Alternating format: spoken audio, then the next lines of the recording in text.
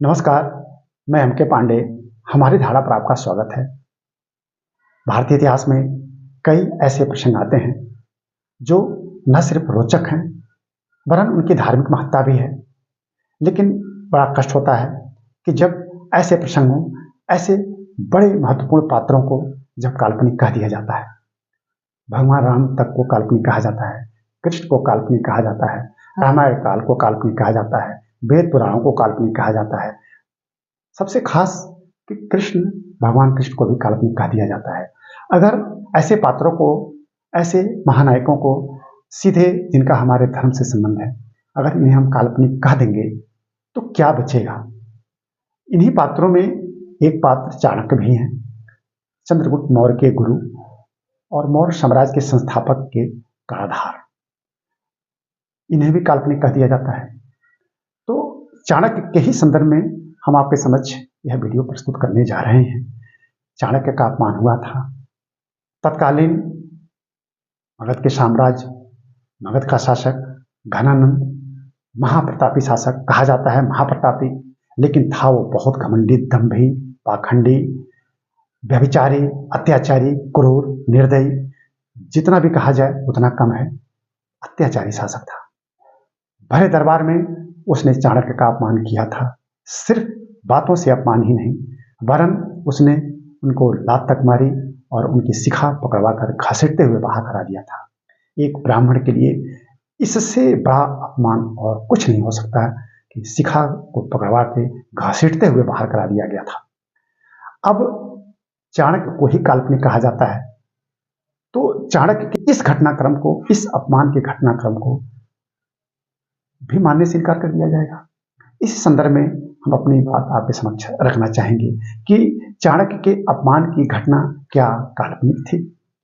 अब जिन स्रोतों से भी पढ़ा जाता है, जो भी स्रोत हमारे सामने उपलब्ध हैं, बचपन से ही जब हमारे सामने कोई स्रोत नहीं थे, हम स्वयं अपनी बात कर रहे हैं। जब हम लोग बचपन में विद्यालय में पढ़ने जाते थे, 6th, 7th, 8th, 9th, 10th, जब इनके बारे में बहुत ज़्यादा जानकारियां नहीं थी हमारे सामने, पुस्तकें नहीं थी हमारे सामने, तब भी इनके बारे में ये कहानियां थी कि इनका ऐसे ऐसे अपमान हुआ था, कौटिल्य का, चाणक्य का ऐसे ऐसे अपमान हुआ था। बाद में जब हमारे सामने सामग्री उपलब्ध हुई, हमने बहुत स्रोतों में जब इनके बारे में पढ़ा तो ये चीज़ें मिली। विष्णु पुराण तक में इसका विस्तृत उल्लेख मिलता है, पुराणों में इनका उल्लेख तो है ही। तो और इतिहास की, बहुत सारी इतिहास की पुस्तकों में भी, मैगजीनों में भी इनका उल्लेख मिलता है। अब क्या है क्या नहीं है, अब हम सिद्ध नहीं कर सकते हैं, लेकिन इस घटनाक्रम पर न जाने कितने सीरियल बने, फिल्मों में भी इसका प्रसंग आता है। तो अगर सबको गलत मान लिया जाए तो सही क्या था, हम इसी पर अपनी बात रखेंगे, अपनी धारणा रखेंगे और आप स्वयं सोचिएगा इस पर कि तटस्थता से सोचिएगा कि बड़े बड़े प्रसंगों को अगर हम नजरअंदाज कर दें तो क्या बचा। अब इस प्रसंगों को कैसे नजरअंदाज किया जा सकता है, तो हम बात शुरू करते हैं कि ईसा पूर्व 4वीं सदी 326 ईसा पूर्व 326 सिकंदर का आक्रमण भारत पर हुआ था। सिंधु और झेलम के बीच में राजा अंबिका शासन था और झेलम और चिनाब के बीच में राजा पोरस का शासन था। गांधार प्रदेश उधर ही था, तक्षशिला उसकी राजधानी थी।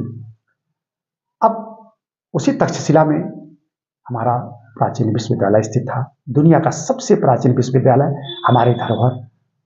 उसी तक्षशिला के आचार्य चाणक्य थे। सिकंदर विश्व विजयी अभियान के तहत जब भारत की तरफ कूच किया और हिंदू कुश तक पहुंच आया था, तो इसकी खबर तक्षशिला विश्वविद्यालय तक आई। चाणक्य को भी इसकी खबर मिली और वहां के आचार प्रचार और तक्षशिला के तत्कालीन शासक इससे घबरा गए। चाणक्य स्वयं बड़ी मुश्किल से पाटलिपुत्र पहुंचे, मगध साम्राज्य की राजधानी घनानंद के दरबार तक पहुंचे।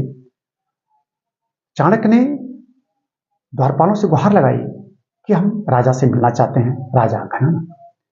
बड़ी मुश्किल से द्वारपालों ने चाणक्य को मिलने के लिए घनानंद से सहमति ली। घनानंद सहमत हुआ। फिर घनानंद के दरबार में चाणक्य को प्रस्तुत किया गया। तो अभी चाणक्य अपनी बात रखें, अपना ठीक से परिचय दें, उसके पहले ही घनानंद क्रुद्ध हो गया कि इस नंग धड़ंग को हमारे दरबार में, इस भरी सभा में अपमान करने के लिए क्यों भेज दिया गया, रंग में भंग कर दिया इस ब्राह्मण ने। तो आते ही पहले अपमान कर दिया गया, फिर बात रखने के लिए कहा गया, बात रखने का नंबर आया तो चाणक्य ने बड़ी शालीनतापूर्वक सारी कहानी कही कि सिकंदर का कैसे कैसे आक्रमण हो रहा है, माँ भारती की अखंडता पर खतरा है, भारत के स्वाभिमान पर खतरा है और भारत पर आक्रमण उसका कहीं बहुत ज़्यादा नुकसान न पहुंचा दे। केंद्रीय शासन आपके हाथ में है और आप माँ भारती की रक्षा करें और आप अपनी सेनाएं भेजें। और क्रुद्ध हो गया घनानंद, जितना क्रुद्ध होना चाहिए घनानंद उतना क्रुद्ध हुआ और नजदीक बुलाता गया और करीब आओ ब्राह्मण, अपनी बात पूरी तरह से हमारे सामने रखो। जब सिंहासन के करीब चाणक्य पहुंच गए तब उसने जोरदार लात से उनके पेट में प्रहार कर दिया। चाणक्य गिर गए और सीढ़ियों से लुढ़कते हुए नीचे तक चले गए। गुहार लगाते रहे, लेकिन उस क्रूर निर्दयी अत्याचारी शासक ने चाणक्य की शिखा पकड़वा कर घसीटते हुए बाहर कर दिया। फिर भी उन्होंने गुहार लगाई। जब नहीं सुना गया तब उन्होंने चाणक्य प्रतिज्ञा ली और घनानंद के सामने ही उन्होंने प्रतिज्ञा ली कि इस अपमान का बदला लिया जाएगा और तुमको सिंहासन से हम उठवा के ही चैन लेंगे। वो तो अलग बात है, बाद में चंद्रगुप्त मौर्य से उनकी मुलाकात, फिर कैसे कैसे व्यूह रचा गया और घनानंद को पराजित किया गया, वो तो दूसरी घटना है। लेकिन भरे दरबार में इससे बड़ा अपमान किसी आचार्य प्राचार्य ब्राह्मण का नहीं हो सकता है, और वो भी तक्षशिला के आचार्य थे और भारत के उस समय के जाने माने ख्याति प्राप्त विद्वान। उनके न जाने कितने शिष्य थे। इस तरह से घनानंद ने चाणक्य का घोर अपमान किया। अब अपमान के बाद आगे की क्या घटना है वो तो इतिहास गवाह है। चंद्रगुप्त मौर्य को भी कहीं ऐसा ना हो कि झुठला दिया जाए, चंद्रगुप्त मौर्य भी थे कि नहीं थे, तो कौटिल्य का अर्थशास्त्र भी था कि नहीं था, क्योंकि चंद्रगुप्त मौर्य का शासन प्रबंध कौटिल्य के अर्थशास्त्र से ही चला आ गई। अब यह प्रसंग इतना रोचक और इतना महत्वपूर्ण, सिर्फ रोचक सुनने के लिए नहीं लेकिन मार्मिक भी है, और इसमें चाणक्य का अपमान सिर्फ एक ब्राह्मण, एक आचार्य प्राचार्य का अपमान नहीं, एक विश्वविद्यालय के तत्कालीन शिक्षक का नहीं, वरन माँ भारती का अपमान था। क्यों? क्योंकि उन्होंने जो उस दरबार में जो वो कहना चाहते थे और जो गुहार लगाना चाहते थे उसे सुना तक नहीं गया, वरन उसका लात मार का जवाब दिया गया।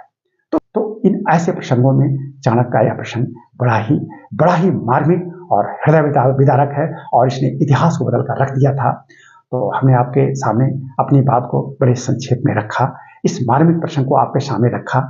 इसको रखने का हमारा मकसद यही था कि यह इतिहास का प्रसंग है, उस समय यह उपहास का विषय बना था और उसकी प्रगति इतिहास में किस तरह से हुई। तो ये घटनाक्रम बीत चुका है, हो चुका है और इसमें बदलाव नहीं हो सकता है। जो हो गया वह निश्चित, जो होने वाला है वह अनिश्चित है। हम वर्तमान में हैं और वर्तमान में इसका शोध और अध्ययन कर रहे हैं, तो इसको बड़े ही सहज रूप में इसको हम स्वीकृत करें और उस पर तर्क वितर्क करें, लेकिन इस तरह से नजरअंदाज न कर दें कि जैसे कि कुछ था ही नहीं। तो अपनी बात रखते हैं, आप हमारी बात को इसी तरह से तटस्थता से सुनिएगा और अपने सकारात्मक कमेंट कीजिएगा। हमारे इस वीडियो को लाइक और शेयर कीजिएगा और हमारे चैनल को आप जरूर अधिक से अधिक सब्सक्राइब करें। हम बार बार आपसे यही कहेंगे और इस वीडियो को ही बंद किया जाता है। धन्यवाद।